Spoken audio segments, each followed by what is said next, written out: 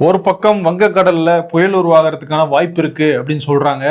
இன்னொரு பக்கம் பிரதமர் மோடி சூறாவளியாக சுற்றுப்பயணத்தை வந்து தொடங்கி இருக்காரு. சுற்றுப்பயணமா கிளம்பிட்டாரா வெளிநாட்டுக்கு? அவரு இந்தியாவுக்குள்ள வர்றதே சுற்றுப்பயணமா தானே, அதனால இந்தியாவுக்குள்ள தேர்தல் பிரச்சாரத்துல ஆரம்பிச்சிருக்காரு. ஓகே, நிறைய செய்திகள் இருக்கு, எல்லாத்தையும் ஷோக்குள்ள போய் பாத்துடலாம்.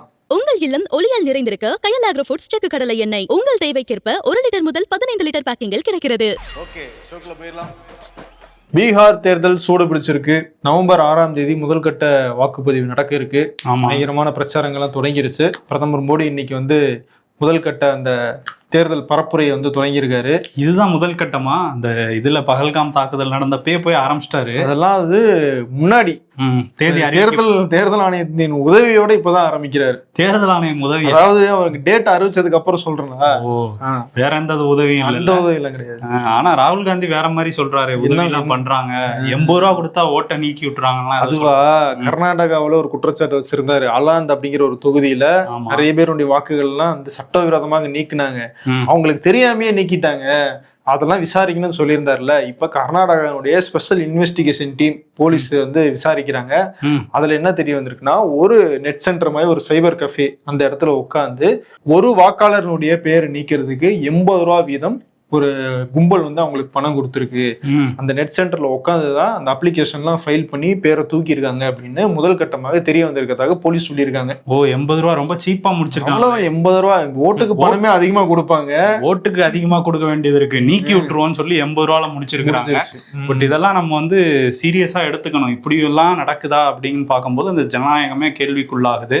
ஸோ இதுல தீவிரமா விசாரணை நடத்தி யார் யார் தப்பு பண்ணியிருக்காங்களோ அவங்க மேலாம் நிச்சயமா நடவடிக்கை எடுக்கணும். எடுக்க வேண்டியது யாரு? தேர்தல் ஆணையம் தான். பண்ணது யாரு? அது நமக்கு தெரியல, விசாரணையில கண்டுபிடிப்பாங்க, பார்ப்போம். அதுக்கப்புறம் இதுல இன்னொரு விஷயம் என்னன்னா, தேர்தல் ஆணையம் பத்தி பேசணும்ல, அவங்க வந்து இந்த சார் வந்து பண்ணியிருந்தாங்க பீகார்ல. இப்போ அந்த ஸ்பெஷல் இன்டென்சிவ் ரிவிஷனை நம்ம தமிழ்நாட்டிலையும் பண்ணணும் அப்படின்னு வந்து சொல்லியிருக்காங்க. அதுவும் உயர்நீதிமன்றத்தில் ஒரு வழக்கு நடந்துட்டு இருக்கு. அதில் சொல்லும் போது அடுத்த வாரமே அதுக்கான பணியை ஆரம்பிக்க போகிறோம் அப்படின்னு சொல்லியிருக்கிறாங்க. இது வந்து தமிழ்நாடு மட்டும் இல்லை, இந்த மேற்கு வங்கம் எங்கெங்கெல்லாம் தேர்தல் நடக்குதோ அங்கெல்லாம் வந்து இந்த வாக்காளர் சீர்திருத்தத்தை நாங்கள் பண்ணியே தீர்வோம். எல்லாம் உஷாராய்க்கங்க, எல்லாம் ஐடி ப்ரூஃப் எல்லாம் இருக்கா, எல்லாம் ரெடி பண்ணி வச்சுக்கங்க. ஆமா, இல்லாட்டி உங்க பேரையும் தூக்குறாலும் தூக்கிடுவாங்க, இருக்கானே தெரியல.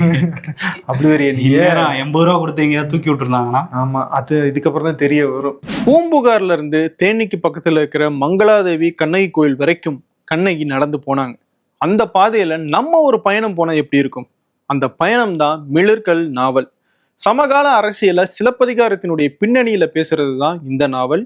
இது ஆடியோ பாட்காஸ்டாக விகடன் பிளேல அவைலபிளாக இருக்கு.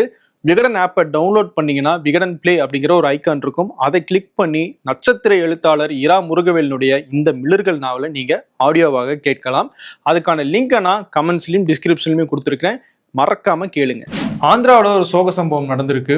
ஹைதராபாத்ல இருந்து பெங்களூர் நோக்கி போன ஒரு சொகுசு ஸ்லீப்பர் பேருந்து ஆம்னி பஸ், அதில் 43 பேர் பயணிச்சிருந்திருக்காங்க.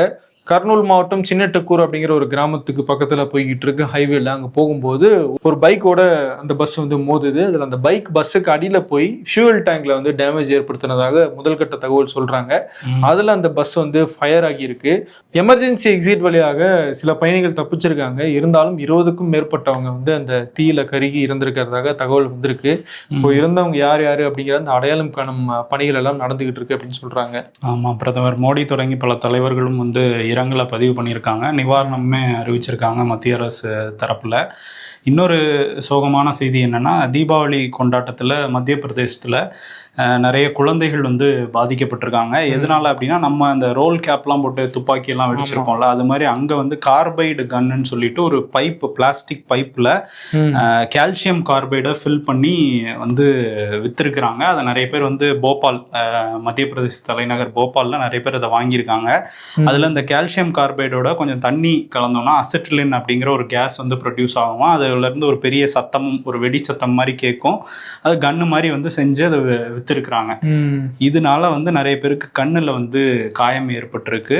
கிட்டத்தட்ட 14 குழந்தைகளுக்கு கண் பார்வையே வந்து போயிருக்கு. 300 பேர் வந்து கண்ணு அடிபட்டதோட போய் ட்ரீட்மெண்ட்லாம் வந்து எடுத்துட்டு இருந்திருக்காங்க. இப்போதான் வந்து மாப்பியில சொல்றாங்க அதை வந்து நாங்கள் பேன் பண்றோம் அப்படின்னு. முதல்ல அதுக்கு அனுமதியே கொடுத்துருக்க கூடாது அப்படின்னு தான் இப்போ எல்லாருமே எல்லாருமே சொல்ல ஆரம்பிச்சிருக்காங்க. ஆமா, அன்னைக்கு மத்திய பிரதேசத்துல போபால்ல அன்னைக்கு யூனியன் கார்பைட் ஃபேக்டரியில வந்து ஒரு பெரிய பாதிப்பு ஏற்பட்டு நிறைய மக்கள் இறந்தாங்க. திரும்பவும் கார்பைடால இன்னொரு பாதிப்பு மத்திய பிரதேசத்துல ஏற்பட்டிருக்கு. அதிர்ச்சியா தான் இருக்கு. ஆமா, மாப்பில நம்ம யூபியை பத்தி நிறைய பேசுறோம். மாப்பில நிறைய தொடர்ச்சியா அடுத்தடுத்து சம்பவங்கள் நடந்துட்டே இருக்கு. அங்க உள்ள பாஜக அரசாங்கம் ஏதாவது வேலை பண்ணுவாங்களா இல்ல சும்மாவே இருப்பாங்களாங்கிறது நமக்கு தெரியல. இன்னொரு விஷயம் என்னன்னா, இதுவுமே ஒரு சோகமான செய்தி தான். விளம்பர தயாரிப்புல ஒரு புரட்சி பண்ணவர் தான் வந்துட்டு பியூஷ் பாண்டே. இவர் வந்து நிறைய ஆடு நம்மளே நிறைய பார்த்துருப்போம். அந்த ஃபெவிகால் ஆடெல்லாம் வந்து நிறைய ஒரு வண்டி மேல அந்த ராஜஸ்தான் பாலைவனம் மாதிரி ஒரு இடத்துல அவ்வளோ மக்கள் உட்கார்ந்துட்டு போவாங்க, பின்னாடி ஃபெவிகால் அப்படிங்கிறது வரும். அதே மாதிரி அந்த ஹச் ஆட், இந்த பக் டாக் இந்த ஆடு, இந்த எல்லா கேட்பரிஸ் ஆடு, இந்த மாதிரி நிறைய ஆடுக்கு பின்னாடி ஒரு மூளையா செயல்பட்டவர் தான் பியூஷ் பாண்டே. இவர் 70 வயசுல இப்போ காலமாயிருக்காரு. அவருக்கும் பல பிரபலங்களும் தலைவர்களும் அஞ்சலி செலுத்திட்டு இருக்காங்க. டெல்டா விவசாயிகள் அவங்க கண்ணீர் வடிச்சிட்டு தான் இருக்காங்க அப்படின்னு தான் சொல்லணும். ஏன்னா ஒரு பக்கம் மழை வந்து பெரிய பிரச்சனையா இருக்கு, நெல் கொள்முதல்லையும் ஒரு பிரச்சனை அங்கே போயிட்டு இருக்கு. இந்த வாட்டி விளைச்சல் நல்லா இருந்தது அப்படின்னு சொல்லி அவங்க வந்து ஒரு 2 வாரத்துக்கு முன்னாடி ரொம்பவே மகிழ்ச்சியா இருந்தாங்க. அதுக்கப்புறம் நெல் கொள்முதல்ல ஒரு நிறைய தட்டுப்பாடுகள் ஏற்பட்டு அதனால வந்து ஒழுங்கா கொள்முதல் பண்ணல அப்படிங்கிற செய்தியெல்லாம் வந்துச்சு. அதுக்கப்புறம் மழையும் வந்து இப்போ தொடர் மழையினால நிறைய அறுவடை செய்யாத பயிர்கள்லாம் சாஞ்சிட்டு இருக்கதை நம்ம பார்க்க முடியுது. இன்னொரு பக்கம் லாரியில மூட்டையெல்லாம் ஏற்றி வச்சிருக்காங்க. அந்த மூட்டையில இருந்தே நெல்லெல்லாம் முளைச்சிட்டு வெளியே வர ஆரம்பிச்சிருச்சு. வெளியே வந்து கொள்முதலுக்காக வெளியில கொட்டி வச்சிருந்த நெல்லுமே முளைக்க ஆரம்பிச்சிட்டதுனால என்ன பண்றதுனே தெரியாம அவங்க ரொம்ப ஒரு கண்ணீரோட தான் அவங்க பேசுறதெல்லாம் நம்ம கேட்க வேண்டியதா இருக்கு. நம்ம நிருபர் வந்து குணசீலன் அங்க நேரடியா போய் இதெல்லாம் வந்து பார்த்துருக்காரு. நம்ம புகைப்பட கலைஞர் அரவிந்துமே அந்த ஃபோட்டோஸ்லாம் எடுத்து அனுப்புறாரு. அதெல்லாம் பார்க்கும்போது ரொம்பவே ஒரு வேதனையாக தான் இருக்கு அவங்களோட அந்த கண்ணீர்லாம் கேட்கும்போது. இன்னொரு பக்கம் வந்து நெல்லினுடைய ஈரப்பதம் அது ரொம்ப முக்கியமான ஃபேக்டர்னு சொல்றாங்க. 17% வரைக்கும் இருந்தா மத்திய அரசு அந்த நெல்லை வாங்கிக்குவாங்களாம்.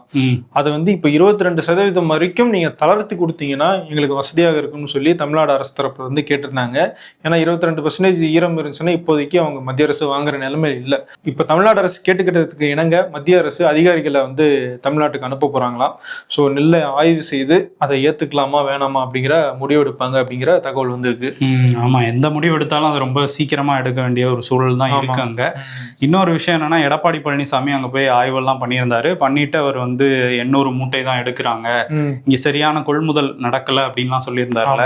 இப்ப துணை முதலமைச்சர் உதயநிதி ஸ்டாலின் அங்க நேரடியா போய் கொள்முதல் நிலையத்துல ஆய்வெல்லாம் பண்ணிட்டு எடப்பாடி வந்து பச்சையா பொய் சொல்லிட்டு போயிருக்காரு. அப்படி அவர் சொல்ற மாதிரி எந்த நிலைமையுமே இங்க இல்ல, எந்த விவசாயியுமே வந்து நெல் கொள்முதல்ல சரியா பண்ணல அப்படிங்கிற புகாரே இதுவரையும் கொடுக்கல. அதே மாதிரி 800 மூட்டைகள் தான் எடுக்கிறாங்க ஒரு நாளைக்கு அப்படின்லாம் சொல்லிட்டு போயிருக்காரு. அது வந்து ஏதோ ஒரு லோட்மேன் சொன்னதை வச்சு அவர் சொல்றாரு. அப்படிலாம் இல்லை. இதுவரையும் வந்து 10 லட்சம் டன் நாங்கள் வந்து கொள்முதல் பண்ணியிருக்கோம். இன்னும் சில பிரச்சனைகள்லாம் இருக்கு, அதையும் சரி பண்ணி 1 வாரம் 10 நாள்ல எல்லாத்தையும் முடிச்சிருவோம்.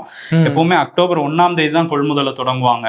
நம்ம அரசு திராவிட மாடல் அரசு செப்டம்பர் 1ஆம் தேதியே தொடங்கிட்டோம், சிறப்பா நடந்துகிட்டு இருக்கு அப்படின்னு சொல்றாரு. அதே மாதிரி நெல் முளைச்சிட்டதா கூட அவர் வந்து ஒரு நாடகத்தை நடத்திட்டு போயிருக்காரு எடப்பாடி. ஒரு அம்மாட்ட கேட்குறாங்க, அவங்க வந்து சொல்றாங்க அவங்க யாருன்னு கண்டுபிடிச்ச அதிகாரிகள் போய் ஆய்வு பண்ணாங்க, அவங்க இன்னும் அறுவடையே பண்ணலையா, அப்புறம் எப்படி அவங்க கொள்முதலுக்கு வந்தாங்கங்கிறது அவங்களுக்கு தான் வெளிச்சம்லாம் பேசியிருக்காரு. பட் நெல் முளைச்சிட்டு இருக்கிற புகைப்படங்கள்லாம் நம்ம சொன்ன மாதிரி நம்ம நிருபர்களே போய் பாக்குறாங்க. அப்ப அதெல்லாம் நெல் முளைக்கல அப்படின்னா அதெல்லாம் யாரோ மாடி தோட்டம் போட்டாங்கன்னு சொல்லுவாரு போல இருக்கு. ஆமா, இது வந்து விவசாயிகள் விஷயத்துல அரசியலை தாண்டி இதுல வந்து சீக்கிரமா அரசு நடவடிக்கை எடுக்கணும். தூய்மை பணியாளர்கள் அந்த ஒப்பந்தத்தை வந்து தனியாருக்கு மாற்றக்கூடாதுன்னு போராட்டம்லாம் நடத்தினாங்க. அந்த டைமில் அரசு வந்து அதை சரியாக கையாளலை அப்படிங்கிறத நம்ம கண்கூட பார்த்தோம். அந்த டைம்லேயே வந்து இது ஒரு மாதிரி டேமேஜ் ஆயிடுச்சுன்னு சொல்லிட்டு அதை சரி கட்டுறதுக்காக காலை உணவு திட்டம், அவங்களுக்கு வந்து காலை உணவு வந்து கட்டணம் இல்லாமல் வழங்குவோம் அப்படின்லாம் சொல்லியிருந்தாங்க. காப்பீடு திட்டம் அதெல்லாம் கூட சொல்லியிருந்தாங்க அரசு சார்பில். அதுக்கப்புறம் வந்து அவங்க வந்து கைது செய்யப்பட்டாங்க. அப்புறம் மெரினால வந்து போராடினாங்க. இந்த போராட்டங்கள்லாம் நடந்த சமயத்தில் வந்து என்ன சொல்லியிருந்தாங்க தமிழ்நாடு அரசுனா, 3 வேளையுமே கட்டணம் இல்லாமல் சென்னை மாநகராட்சியில் முதற்கட்டமாக தூய்மை பணியாளர்களுக்கு உணவு வழங்க போகிறோம் அப்படிங்கிற மாதிரி சொல்லியிருந்தாங்க. அதுக்கான அரசாணையுமே இப்போ வெளியாயிருக்கு. ஸோ சென்னையில் முதற்கட்டமாக இதை வந்து செய்ய போகிறாங்க. அடுத்தடுத்து மற்ற மாநகராட்சி எல்லா இடத்துலையும் பண்ணுவோம் அப்படிங்கிறதையும் சொல்லியிருக்காங்க. ஓகே, சென்னையில் அடையாருக்கு பக்கத்தில் ஒரு முக்கியமான பார்க் ஒன்று இருக்கு, நிறைய பேருக்கு அதை பத்தி தெரிஞ்சிருக்காது. தொல்காப்பியர் பூங்கா அப்படிங்கிற அந்த பூங்கா தான். உள்ள வந்து குட்டையில் நல்ல பசுமையான இடமாக இருக்கும். அதை வந்து புதுப்பிச்சிருக்காங்க தமிழ்நாடு அரசு தரப்புல. இன்னைக்கு முதலமைச்சர் ஸ்டாலின் அதை வந்து திறந்து வைக்கிறாரு. ஆமா, சுற்றுச்சூழலுக்கு எங்களால எவ்வளவு நல்லது பண்ண முடியுமோ அதை பண்ணிக்கிட்டு இருக்கோம் அப்படின்னு சொல்லியிருக்காரு. சொல்றாங்க எல்லாருமே, திராவிட மாடல் அரசை சேர்ந்த எல்லாருமே. அப்படி சொல்றாங்களா? அடுத்து அவங்களே இன்னொன்னு பண்ணிருக்காங்க தெரியுமா? என்ன பண்ணிருக்காங்க? அறப்போர் இயக்கம் சார்பில் ஒரு குற்றச்சாட்டு வச்சிருக்காங்க. ரொம்ப பெரிய அறிக்கையாக ஆவணங்களோட அவங்க வந்து வெளியிட்டு இருக்காங்க. என்ன சொல்றாங்கன்னா, பள்ளிக்கரணைக்கு பக்கத்துல, அதாவது ஓஎம்ஆர் சாலையை ஒட்டி இருக்கிற ஒரு இடத்த வந்து தனியார் கட்டுமான நிறுவனத்துக்கு வந்து தமிழ்நாடு அரசு ஒதுக்கி இருக்காங்க. அந்த இடம் ராம்சார் குறியீடின் கீழே வருது. ராம்சார் குறியீடு அப்படிங்கிறது ரொம்ப பாதுகாக்கப்பட வேண்டிய முக்கியமான இடமாக இருக்கிறது. பள்ளிக்கரணை சதுப்பு நிலம் மாதிரியான இடங்கள், அந்த இடத்த இந்த மாதிரியான கட்டுமானங்களுக்கு அனுமதிச்சிருக்காங்க. குறிப்பா அதுல ஒரு 4 இடங்கள் வருது. அந்த இடத்த வந்து கொடுத்துருக்கவே கூடாது. அமைச்சர் தங்கம் தென்னரசு, அமைச்சர் சேகர் பாபு, டிஆர்பி ராஜா, இவங்க எல்லாம் சேர்ந்துதான் இதெல்லாம் பண்ணிருக்காங்க அப்படின்னு ஒரு மிகப்பெரிய குற்றச்சாட்டை வச்சிருக்காங்க. ஆமா, சுற்றுச்சூழல் துறை வந்து தங்கம் தென்னரசு அவருக்கு கீழே வருது. அதே மாதிரி சிஎம்டிஏ வந்து சேகர் பாபு கண்ட்ரோல்ல இருக்கு. இவங்க எல்லாம் சேர்ந்து அனுமதி கொடுத்துட்டாங்க. இது வனத்துறை, ஏன்னா வெட்லேண்ட் அந்த சதுப்பு நில பகுதி வந்து வனத்துறை கீழே வரும்.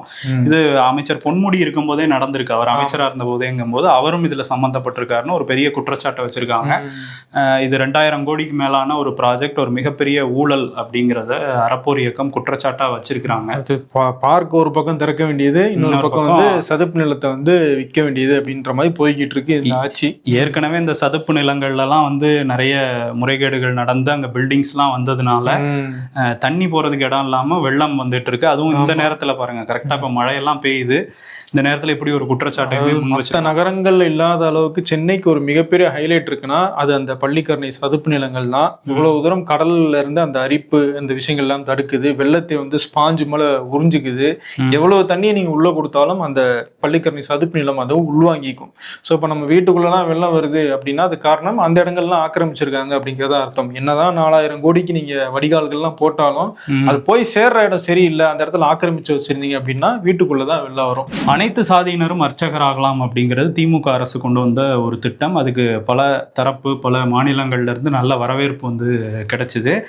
சில பேர் அதை எதிர்த்துக்கிட்டும் இருக்காங்க. அந்த மாதிரி கேரளால ஒரு அமைப்பு, அகில கேரளா தந்திரி சமாஜ் அப்படிங்கிற அந்த அமைப்பு, அப்படிலாம் அனைத்து சாதியினரும் அர்ச்சகர் ஆகக்கூடாதுன்னு சொல்லிட்டு ஒரு வழக்கு வந்து போடுறாங்க கேரள உயர்நீதிமன்றத்துல. கேரள உயர்நீதிமன்றம் என்ன சொல்றாங்க அப்படின்னா, அப்படிலாம் கிடையாது, ஒரு குறிப்பிட்ட கேஸ்ட்ல வந்தவங்க தான் வந்து அர்ச்சனை பண்ணணும், அதே மாதிரி ஒரு குறிப்பிட்ட பரம்பரையில வந்தவங்க தான் அந்த கோயிலுக்குள்ள போகணும், இப்படிலாம் எந்த இதுவுமே கிடையாது அப்படின்னு சொல்லி நீங்க சொல்ற மாதிரிலாம் பண்ண முடியாதுன்னு அவங்க இதுல வந்து அனுப்பிச்சு விட்டாங்க, கிளம்புங்க அப்படின்ட்டு. அனைத்து சாதியினரும் அர்ச்சகர் ஆகலாம். ஆமா, அதுதான் கேரள உயர்நீதிமன்றமும் சொல்லியிருக்காங்க. இன்னொரு விஷயம் என்னன்னா, இங்க சென்னை உயர்நீதிமன்றத்துல அந்த கோயில் தொடர்பா ஒரு வழக்கு, இந்து அறநிலைத்துறை சார்பா ஒரு விஷயம் வந்து போயிட்டு இருந்தது. என்னன்னா, அவங்க வந்து அந்த கோயில் நிதியை எடுத்து நிறைய வணிக வளாகங்கள் கட்டி அதன் மூலமா சம்பாதிக்கிறாங்க அப்படிங்கிற ஒரு குற்றச்சாட்டு அந்த வழக்குல வந்து இப்ப சென்னை உயர்நீதிமன்றம் ஒரு உத்தரவு பிறப்பிச்சிருக்காங்க. என்னன்னா, இந்து அறநிலைத்துறை பக்தர்களோட வசதிக்கான கட்டுமானங்களை மட்டுமே அந்த கோயில் நிதியில இருந்து கட்டணும், வணிக வளாகங்கள் கட்டக்கூடாது, இது எல்லா கோயிலுக்கும் சுற்றறிக்கையா அனுப்புங்க அப்படின்னு சொல்லி உத்தரவு போட்டிருக்காங்க. அதிமுகவுல திடீர்னு ஒரு புரட்சியாளர் கிளம்பிட்டாரு. ஏற்கனவே புரட்சி தமிழர் இருக்காரு. இவர் யாரு? இவர் வந்து அண்ணன் விடிவெள்ளி எழுச்சி நாயகன் அப்படிலாம் வந்து ஓபிஎஸ் இவரை வந்து சொல்லிட்டு இருந்தாரு. செங்கோட்டையன் தான்ப்பா சொல்றேன். ஓஹோ. ஆமா, சொன்னாரு. ஒரு மாசமா என்ன ஆனாருன்னு தெரியல, ரொம்ப சைலண்டாவே இருக்காரு. கட்சியில இருந்து பதவியெல்லாம் பறிச்சுட்டாங்க. இப்ப கட்சியில பேருக்கு இருக்காரு. அவர் இன்னைக்கு ஒரு பேட்டி கொடுத்திருக்காரு. அதுல வந்து நான் கட்சியில வந்து இணைக்கணும் அப்படிங்கிற அந்த விஷயத்தெல்லாம் சொன்னது உண்மைதான். அதுக்கான வேலைகள்லாம் நடந்துகிட்டு இருக்கு. அது ஒரு 10 நாள்லாம் சொல்லி இருந்தாருல, 10 நாளைக்குள்ள டைம் தரேன், அதுக்குள்ள ஒன்றிணைஞ்சிடணும் அப்படிலாம் சொல்லலையே. அப்படிலாம் கட்டளையெல்லாம் நான் சொல்லல. 10 நாளுக்குள்ள வந்து நடவடிக்கையை ஸ்டார்ட் பண்ணணும்னு சொன்னேன். அடுத்து 1 மாசத்துலயோ 1.5 மாசத்துலயோ நீங்க வந்து சேர்த்து வச்சீங்கன்னா நல்லது அப்படின்னு தான் சொல்லியிருந்தாரு. இப்ப ஆகி போச்சு. அப்படி அவர் சொன்னதுபடியே இருந்தாலுமே நடக்கல அப்படிங்கும் போது என்ன பண்ண போறாரு? என்ன பண்ணுவாரு? அப்படியே இருப்பாரு. இப்ப எப்படி இருக்காரோ அப்படியே இருப்பாரு. ஓபிஎஸ் மாதிரி இருப்பாரோ? ஓபிஎஸ் மாதிரிதான் இருக்க வேண்டியதா இருக்கு செங்கோட்டையனுக்கும். சரி, இன்னொரு பக்கம் இவரு சும்மா இருக்காருங்கிற மாதிரி இன்னொருத்தரும் சும்மா இருக்காரு போல. ஏன்னா மாநில தலைவர் பதவி பறி போயிடுச்சு. யாருன்னா அண்ணாமலை பாஜகல இருந்தாரு, ஆக்டிவா ஏதோ பண்ணிட்டு இருந்தாரு. இப்ப நிறைய படங்கள் பார்த்து அதை ரிவ்யூவராகவே மாறி ரிவ்யூ எல்லாம் போட்டுட்டு இருக்காரு. ஓஹோ, இந்த நடிப்பு சிறப்பாக இருந்தது அப்படின்றதுல ஆரம்பிச்சு அந்த நுணுக்கம்லாம் கூட பேசிட்டு இருக்கிறாரு. அது சரியா சொல்றாராங்கிறது அது அவருக்கு சந்தோஷம். இப்ப என்ன படத்துக்கு சொல்லியிருக்காரு? இப்ப என்னன்னா பைசன் படத்துக்கு சொல்லியிருக்காரு. ஓஹோ. பைசன் படத்தை பாராட்டி இருக்காரு. இது கட்சிக்குள்ளேயே வந்து அவங்களுக்கே பல ஆச்சரியங்கள், என்ன இப்படிலாம் பண்றாரு, இட்லி கடையை பாராட்டினாரு, ஓகே, அது வந்து கொஞ்சம் குலத்தொழில் எல்லாம் பண்ற மாதிரி எல்லாம் வருதாமா அந்த படத்துல. ஏதோ அதை ஆதரிங்க, அது கரெக்ட், இதையே ஆதரிக்கிறீங்கன்னு அவருக்கு எதிராகவே கட்சிக்குள்ள சில பேர் கேள்வி கேட்க ஆரம்பிச்சிருக்காங்க. பட் பைசன் படத்துக்கு அவர் என்ன சொல்லியிருக்காருன்னா, மனத்தி கணேசனோட அந்த வாழ்க்கையை அற்புதமா படம் பிடிச்சிருக்கிறாரு மாரி செல்வராஜ். சமூகத்துல அந்த ஏற்றத்தாழ்வு அது வந்து இல்லாம ஒரு சமநிலையோட அந்த சமூகம் மாறணுங்கிற கருத்தை வச்சு நிறைய படங்கள் எடுத்துட்டு இருக்காரு மாரி செல்வராஜ். அவர் தொடர்ந்து இது மாதிரி எடுக்கணும்னு சொல்லி வாழ்த்துக்கள் சொல்லியிருக்காரு. ஓஹோ. எனக்கு என்னன்னா எச் ராஜாவோட படத்துக்கு என்ன ரிவ்யூ கொடுப்பாருன்றதான் ஆவலா இருக்கு எனக்கு. அது வருமா முதல்ல? கந்தன் மலை ஸ்பெஷல் ஸ்கிரீனிங் போடுவாங்கப்பா. அது யூடியூப்ல தான் வரும்னு நினைக்கிறேன் அந்த படம். வங்கக்கடல்ல புதிய காற்றழுத்த தாழ்வு பகுதி உருவாகி இருக்கு. 2 நாள் முன்னாடி தான் வந்து கரையை கடந்து போச்சு ஒண்ணு. இப்போ புதுசா ஒண்ணு உருவாகி இருக்கு. திரும்பவும் மழை வரும்னு சொல்றாங்க. இதுல என்னன்னா இன்னும் 2 நாள் கழிச்சு 27ஆம் தேதி வாக்குல இது ஒரு புயலாகவும் வலுப்பெறதுக்கான வாய்ப்பு இருக்கு அப்படின்னு வானிலை ஆய்வு மையம் சொல்றாங்க. அப்படி புயலா உருவாச்சுன்னா அதுக்கு வந்து மொந்தா அப்படிங்கிற அந்த பேரை வந்து வச்சிருக்காங்க. மொந்தாவா? மேற்கோங்கம்னா மம்தா, வங்கக்கடல்னா மொந்தா. அப்படி மொந்தா மொத்தாம அது பாட்டு கிளம்பி போயிடுச்சுன்னா பரவாயில்ல, வலுப்பெறாம போயிடுச்சுன்னா பிரச்சனை இல்லை. அதனால் வந்து மழை இருக்கும் அப்படிங்கிற சொல்லியிருக்காங்க. இன்னைக்கு கூட ஒரு 6 மாவட்டத்துக்கு வந்து இந்த டெல்டா மாவட்டங்களுக்கு கனமழை எச்சரிக்கைலாம் கொடுத்துருக்காங்க. சென்னை, திருவள்ளூர்லாம் அடுத்த சில நாட்களுக்கு மழை இருக்கும் அப்படின்னும் வானிலை ஆய்வு மையம் சொல்கிறாங்க. பார்ப்போம், நம்மளும் வந்து கொஞ்சம் ஜாக்கிரதையாக தான் இருந்துக்கணும். கொசு தொல்லை தாங்க முடியல அப்படின்னு டயலாக் சொல்லாத ஒரு நாடு இருந்துச்சு. அங்கேயும் இப்போ கொசு வந்துருச்சாமா. அப்படி ஒரு நாடா? என்ன நாடு அது? அது வந்து ஐஸ்லாந்து. அந்த நாட்டுல வந்து கொசுவே இல்லாம இருந்திருக்கு. உண்மையான கொசுவை சொல்றியா இல்ல அரசியல்வாதிகள் எதுவும் சொல்றீங்களா? அந்த தொல்லை எல்லா நாட்டிலையும் இருக்கும். உண்மையிலே வந்து கொசு வந்து அங்க கண்டுபிடிச்சிருக்கிறாங்க. அது வந்து ஐஸ்லாண்ட்ல இல்ல, அதே மாதிரி அண்டார்டிகா, அங்க மனிதர்களே வந்து நிரந்தரமா வாழ முடியாது, ஆராய்ச்சிக்காக தான் கொஞ்சம் பேர் அங்க இருக்கிறாங்களே தவிர அங்கேயும் வந்து கொசு இல்லை அப்படின்னு சொல்றாங்க. இங்க மனிதர்கள் இருக்காங்க, ஆனா கொசு இவ்வளவு நாளா வந்து அங்க இல்லையாமா. என்னப்பா ஒரு நாடு இவ்வளவு தூரம் பின்தங்கி இருக்காங்க, இப்பதான் கொசுவே கண்டுபிடிச்சிருக்காங்க. நம்மள காலங்காலமா கொசு எப்படி மலேரியா, டெங்கு எல்லாம் கண்டுபிடிச்சு அதுக்கு மருந்து கண்டுபிடிச்சு ரொம்ப பின்தங்கி இருக்காங்க இந்த நாடெல்லாம். அங்க வந்து 2 பெண் கொசு, ஒரு ஆண் கொசுவை ஒரு பூச்சியியல் ஆர்வலர் வந்து கண்டுபிடிச்சிருக்காரு. கண்டுபிடிச்சாரா? இங்க இருந்து எடுத்துட்டு வந்து அவரே போட்டாரா? அது இல்லாத ஒரு நாட்டுக்கு எங்க இருந்துப்பா கொசு வந்துச்சு? அதுக்கும் சொல்றாங்க, அந்த தலைநகர் ரேக்கியவிக் அது பக்கத்துலதான் வந்து கண்டுபிடிச்சிருக்காங்க. அங்க வந்து சமீபத்துல ஒரு சரக்கு கப்பல் வந்திருக்கான். அது வழியா கூட வேற நாட்டுல இருந்து ஐஸ்லாந்துக்குள்ள வந்திருக்கலாம். எந்த நாட்டு கப்பல் அது? அது இந்த நாட்டு கப்பலுங்கிறத அவர் சொல்லல. நம்ம நாடா இருக்காது, நம்ம நாட்டுல இருந்து அவ்வளவு தூரம் போயிருக்காது. ஆனா வந்து இங்க இருந்தோ கொசு அங்க வந்துருச்சு. இப்ப வேற எங்கேயாவது இருக்கா அப்படிங்கிறத ஆராய்ச்சி பண்ணிட்டு இருக்காங்க. ஸ்டார்டிங்லயே வந்து முடிச்சு விட்டுருங்க, இல்லாட்டி எங்களை மாதிரி வருத்தப்படுவீங்க. ஆமா. இன்னொரு பக்கம் வந்து ட்ரம்ப் பாத்தீங்களா, அவர் வேலையை ஆரம்பிச்சிட்டாரு. ஆமா. இஸ்ரேல் வந்து என்ன சொல்றாங்கன்னா, நாங்க பாலஸ்தீனத்தினுடைய மேற்கு கரை அதை வந்து நாங்க ஆக்கிரமிக்க போறோம் அப்படிங்கிற மாதிரி ஒரு 2 மசோதாக்களை அவங்களுடைய நாடாளுமன்றத்துல மூவ் பண்ணியிருக்காங்க, கொண்டு வந்திருக்காங்க. உடனே டொனால்ட் ட்ரம்ப் என்ன சொல்றாரு, அதை பத்திலாம் நீங்க கவலைப்படாதீங்க, இஸ்ரேல் அதெல்லாம் பண்ண மாட்டாங்க அப்படின்னு அவங்களுக்கு சப்போர்ட்டா பேசுறாரு. இது எங்க போய் முடிய போகுதுன்னு தெரியல. ஆமா, அது ஒருவேளை நீங்க வந்து வெஸ்ட் பேங்க்னு சொல்ற அந்த மேற்கு கரையை உங்களோட இணைச்சிக்கணும்னு நினைச்சா கடுமையான நடவடிக்கை எடுப்போம் அப்படிங்கிற ஒரு எச்சரிக்கை கொடுத்திருக்காரு. பட் அது சொல்லு இல்லாம செயலாவும் இருக்கணும். எச்சரிக்கை கொடுத்துட்டு இந்த பக்கம் ஆயுதமும் கொடுப்பாரு அவரு. அதனால எதுவும் நம்ப முடியாது நம்மளால. ஆமா. இன்னொரு விஷயம் என்னன்னா, வெனிசுலா அந்த நாடோட அமெரிக்கா வந்து ஒரு சின்ன மோதல் போயிட்டு இருக்கு. வெனிசுலால நிறைய ட்ரக் மாஃபியாஸ் இருக்காங்களாம். அவங்க தான் வந்து அமெரிக்காக்குள்ள நிறைய போதைப் பொருட்களை கொண்டு வந்துட்டே இருக்காங்க அப்படின்னு சொல்லிட்டு அந்த வெனிசுலா ஒட்டி அந்த கடற்பகுதியில் இவங்க கொண்டு போய் படையை நிறுத்திக்கிட்டே இருந்தாரு ட்ரம்ப். இப்போ சில படகுகள், ஒரு 4 படகுகள் மேல தாக்குதலும் நடத்தியிருக்காங்களாம். சின்ன சின்ன படகுகள்ல போதைப் பொருள் கொண்டு வராங்கன்னு சொல்லி அந்த படகுகள்லாம் தாக்கியிருக்காங்க. ஸோ அங்கேயும் ஒரு பதற்றம் வந்து இருக்கு.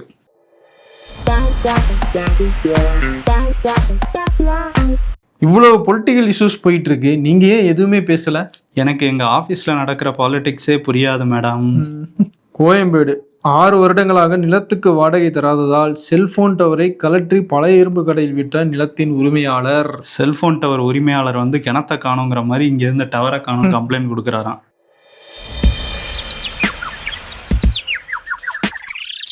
நல்லவங்க இருக்கிற ஊர்ல தான் மழை பெய்யும். டேய், இது மழை காலம் தான்டா, எல்லா ஊர்லயும் மழை பெஞ்சிட்டு தான்டா இருக்கு. இறுதியில் கேட்கும் எனி கொஸ்டின்ஸ் என்பது மீட்டிங்கை முடிச்சுக்கலாம் என்பதற்கான நேஷனல் ஆந்தம்.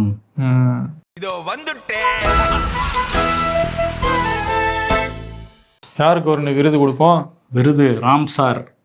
சார் இயக்குனர் அவரு அது சினிமா விருதுகளை கொடுப்பாங்க. சரி. இது அந்த ராம்சார் லேண்டுன்னு சொல்ற பாதுகாக்கப்பட வேண்டிய இடத்துல பில்டிங் கட்ட வேற ஆரம்பிச்சிட்டாங்க.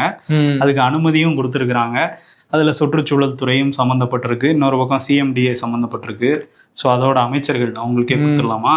கொடுத்துடலாம். ஒரு பக்கம் பூங்கா அமைக்கிறதுல புதுப்பிக்கிறதுல காட்டுற ஆர்வத்தை கொஞ்சம் சதுப்பு நிலம் காட்டுறதுலையும் காட்டியிருக்கலாம்.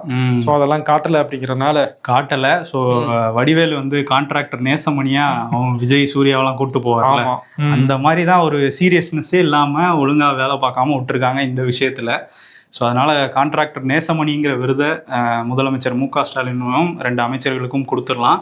ஓகே. இது வந்து விருது கொஞ்சம் காமெடியாக இருந்தால் கூட உண்மையிலே இது கவனிக்க வேண்டிய ஒரு முக்கியமான பிரச்சனை. கண்டிப்பாக அதில் அரசு அந்த இது மாதிரியான விஷயங்களை இனிமேயும் பண்ணக்கூடாது, இதுவரையும் பண்ணதையும் கைவிடணும் அப்படிங்கிறதான் நம்ம சொல்லிக்கிறது. கண்டிப்பா. நன்றி. உங்கள் இல்லங்களில் என்றும் ஆனந்தமும் மகிழ்ச்சியும் ஒளிவீச தெய்வீக மனம் கமழும் கயல் ஆக்ரோ ஃபுட்ஸ் பிராண்டின் சுத்தமான செக்கு கடலை எண்ணெயை இன்றே கேட்டு வாங்குங்கள். அனைவருக்கும் இனிய தீபத் திருநாள் நல்வாழ்த்துக்கள்.